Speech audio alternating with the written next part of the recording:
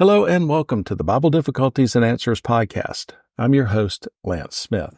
Today we delve into a brief but profoundly meaningful story concerning the Tower of Babel, focusing on Genesis 11:5. This short verse is packed with literary significance, and we'll explore its depths together. We'll discuss the concept of theophany, similar to anthropomorphism, which longstanding and attentive listeners know we've touched on in several previous episodes. But maybe our focus should be on the language used in this verse. Is it heavy irony? Is it sarcasm? For just 17 words in this verse, which we typically speed read through to get to the heart of the story, there's a lot to unpack here. As usual, I'll present various opinions from my research and conclude with my own thoughts. Show notes will include links to all we discuss. Are you ready to dive in? All right, let's learn together. Let's start by reading Genesis 11:5 from the New Living Translation. But the Lord came down to look at the city and the tower the people were building. Now, the problem here, as defined by the Big Book of Bible Difficulties, is this. God is omnipresent, that is, everywhere at the same time, which we see in Psalm 139, 7 through 10. But this text declares that God came down to see the city that men had built. But if he is already here, then how can he come down here? Now, the solution from the Big Book of Bible Difficulties is this. At first glance, this verse seems straightforward, but it poses a theological question. If God is omnipresent, as Psalm 139, 7 through 10 declares, how can he come down to see the city and the tower? The Big Book of Bible Difficulties offers a solution suggesting that God came down as a theophany, which is a special, localized manifestation of his presence. These theophanies often appeared in the Old Testament. For instance, God appeared to Abraham as a man, that's Genesis 18:2, and came down to speak to Moses, that's Exodus 3, to Joshua, that's Joshua 5:13 through 15, and Gideon, this is Judges 6, in similar manners. All right, as we begin today, let's quickly clarify that a theophany is an appearance of God to a person. Later in today's podcast, we'll explore 4 examples of theophany in the Old Testament, as mentioned here by the Big Book of Bible Difficulties. First, this is really a wonderful piece of literature reading the first 9 verses of Genesis 11. From the Interpreter Foundation, in an article titled Old Testament Commentary, Genesis 11 Overview, the Tower of Babel, we read, and I quote, "In the 9 verses that make up the account of the Tower of Babel, we have a short but brilliant example of Hebrew storytelling. To begin with, we marvel at how, in 121 words or 2 minutes, the author has created a literary masterpiece. Ingenious word and sound parallels between verses, ironic linkages between sections and ideas, and a beautiful economy of style are readily apparent to readers of Hebrew. In its original tongue, the prose turns language itself into a game of mirrors," close quote. All right, consider this. The builders aspire for the top of their tower to reach unto the heavens. We see that in Genesis 11:4. Yet, in Genesis 11:5, the Lord had to come down to see it. Gordon Wenham observed, and I quote, "With heavy irony, we now see the tower through God's eyes. The tower which man thought reached to heaven, God can hardly see." You can find the link to Wenham's quote in the show notes. It's also worth noting that in the original Hebrew, the proper name Hashem, which denotes mercy, is used throughout this account. God is acting here not as a judge, but as a merciful deliverer. The Lord, or Hashem, came down. Besides the obvious anthropomorphism, there is literary irony. God descends to see the highest of humanity's achievements.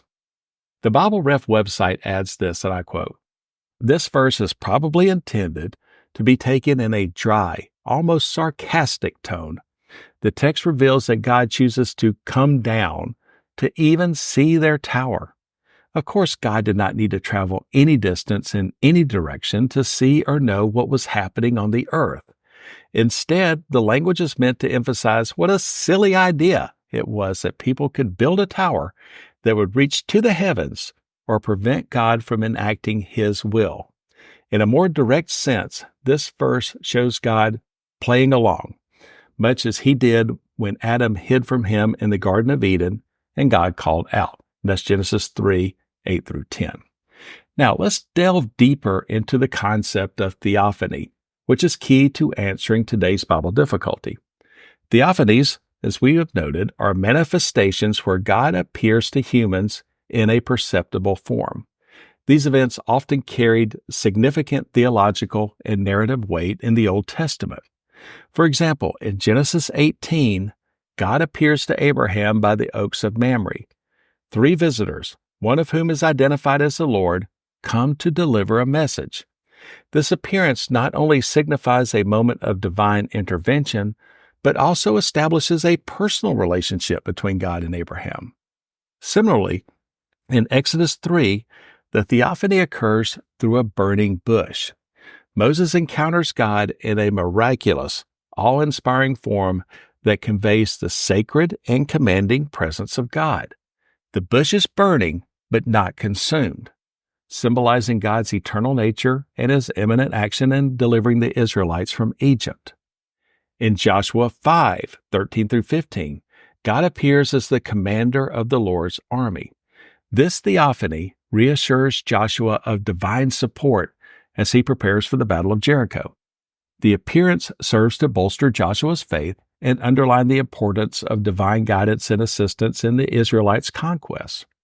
Finally, in Judges 6, the theophany to Gideon happens under an oak tree. Gideon, who is threshing wheat in a winepress to hide it from the Midianites, is visited by an angel of the Lord.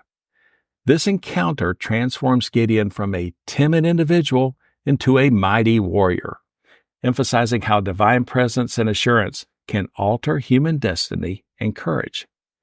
Understanding these instances helps us appreciate the gravity and impact of God coming down in Genesis 11:5. It isn't just a casual visit. It's a significant moment of divine intervention and observation. All right, let's circle back to the irony and possible sarcasm in the verse.